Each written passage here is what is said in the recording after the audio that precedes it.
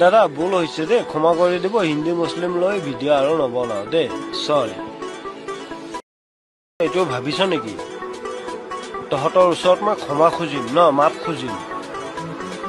এটাই কথাই মনত ৰাখিবি, মিয়া মানুহক দেখি পাইছ, বন্ধু বান্ধৱ দেখি পাইছ, মিয়া মানুহৰ লগত কথা পাতি পাইছ, ৰাস্তা ঘাটত যাওঁতে আহোঁতে মানে দেখা পাইছ, এতিয়ালৈকে মিয়া মানুহক চিনি পোৱা নাই। মিয়া মানুহে বছৰে বছৰে ঈদত কুৰবানী দিয়ে, এইটো গম পাওঁ নে? বেছি বাৰ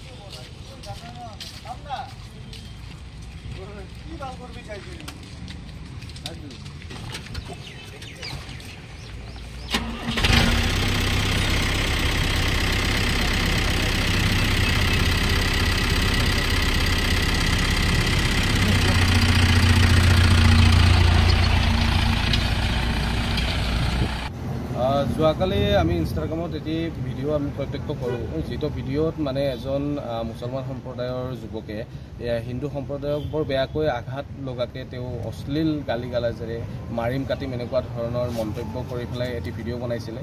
তাৰ ফলত মানে আমি খুবেই দুখ প্ৰকাশ কৰিছোঁ আৰু আমাৰ অঞ্চলতে এনেকুৱা এটা ঘটনা ঘটিলে আমি খুব দুখ পাইছোঁ। আৰু আমাৰ যিহেতু এটা জাতিৰ ওপৰত ডাইৰেক্টলি মানে এটাক কৰা হৈছে আৰু সেইকাৰণে আমি আইনৰ ওচৰত চাপিছোঁ। আমি যোৱাকালি ভিডিঅ'টো দেখাৰ লগে লগে বকো থানাত আহি আমি এজাহাৰ এটি দিওঁ তাৰ ওপৰত, সেই ইনষ্টাগ্ৰাম আইডিটোৰ ওপৰত, আৰু বিচাৰ খাচাৰ কৰি বকো আৰক্ষীয়ে তেওঁক এৰেষ্ট কৰিবলৈ সক্ষম হয়।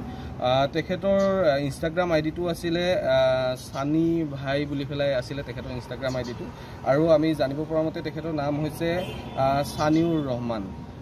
আৰু এনেকুৱা সময়ত, যিটো সময়ত ভাৰত পাকিস্তানৰ যুদ্ধৰ নিচিনা পৰিৱেশ, সেই সময়ত এনেকুৱা সাম্প্ৰদায়িক মন্তব্য দিলে আমি ভাবোঁ যে আমাৰ নিজৰ ভিতৰতে এটি গৃহকন্দলৰ সৃষ্টি হ'ব পাৰে। এনেকুৱাবোৰ নহওক। আমাৰ যিটো হিন্দু মুছলমানৰ ভাতৃত্ববোধ সেয়া এতিয়াও অব্যাহত আছে। আমাৰ যিটো ভাতৃত্ববোধ সেয়া এতিয়া শেষ হৈ যোৱা নাই, কিন্তু এনেকুৱা এচাম মানুহৰ কাৰণে সেই ভাতৃত্ববোধ আমাৰ শেষ হৈ যাব বুলি আমাৰ অনুভৱ হৈছে। আৰু সেইকাৰণে এনেকুৱাবোৰ বিষয়ৰ ওপৰত অধিক কঠোৰতৰ শাস্তি বিহাৰ কাৰণে অসম আৰক্ষীক আমি অনুৰোধ জনাইছোঁ। আৰু সেইকাৰণে আমি আজি বকো থানা নাগৰিক সমিতিৰ আমাৰ চেয়াৰমেন চাহাবো ইয়াতে উপস্থিত আছে, সদস্য সত্যজিৎ ৰাভা ডাঙৰীয়াও ইয়াতে উপস্থিত হৈছে, আমি গোটেইখিনি উপস্থিত হৈছোঁ। আৰু আজি আমি বকো থানা আৰক্ষীক আমি অনুৰোধ জনাইছোঁ যে এই বিষয়টোৰ ওপৰত অধিক আগৰ যদি প্ৰয়োজন আছে তদন্ত কৰি এনেকুৱাবোৰক শাস্তি বিহাৰ, যথাযথ শাস্তি বিহাৰ কাৰণে এক ব্যৱস্থা গ্ৰহণ কৰক।